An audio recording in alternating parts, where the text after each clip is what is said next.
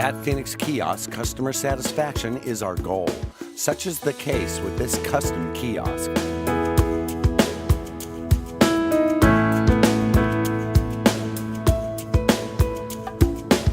A client with a picture and an idea approached PK.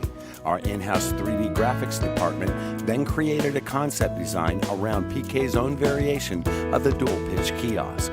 Working together with the client's vision, PK introduced this innovative new kiosk. Okay, basically, we're going to give you an overview of how to get this off the pallet.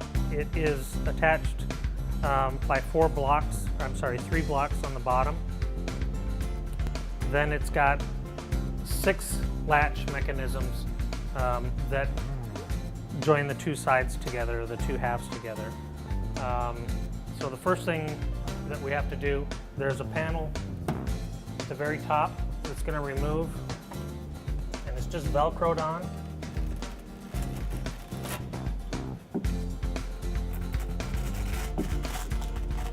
So remove that panel.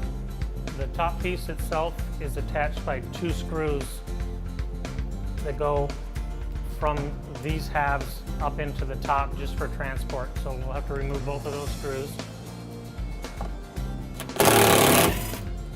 The top has 4 posts that locate the top to the bottom section, and there's 4 corresponding holes that those pegs will drop right into.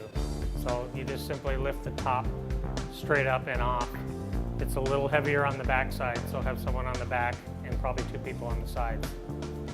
But just be careful with your fingers. Also, you're not getting your fingers underneath these lips either when you're setting it back on or taking it off, so just be careful. It's fairly heavy.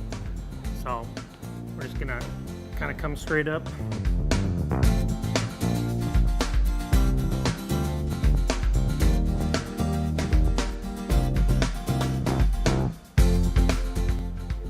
So once the top is off, we're gonna remove 3 blocks on the bottom, and all the screws are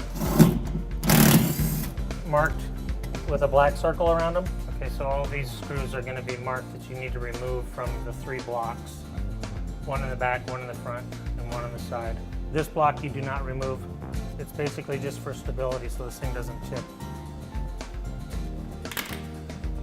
Next, there's a tool that's going to disengage all 6 of these latches.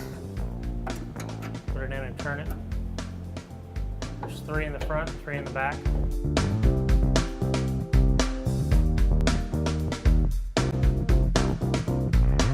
That disengages the 2 halves. Now you don't want to lift from the bottom here. This is high density foam. It's pretty durable, but you don't want to lift by it or rub it on the pallet as you're coming off it. It's got to pretty much come straight up and off. You ready?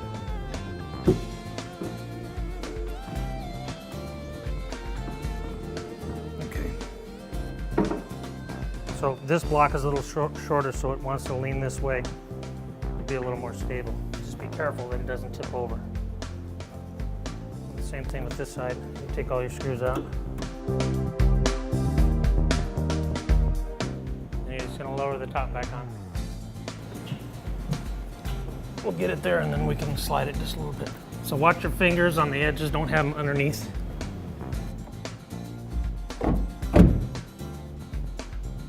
Just drop into those 4 pegs.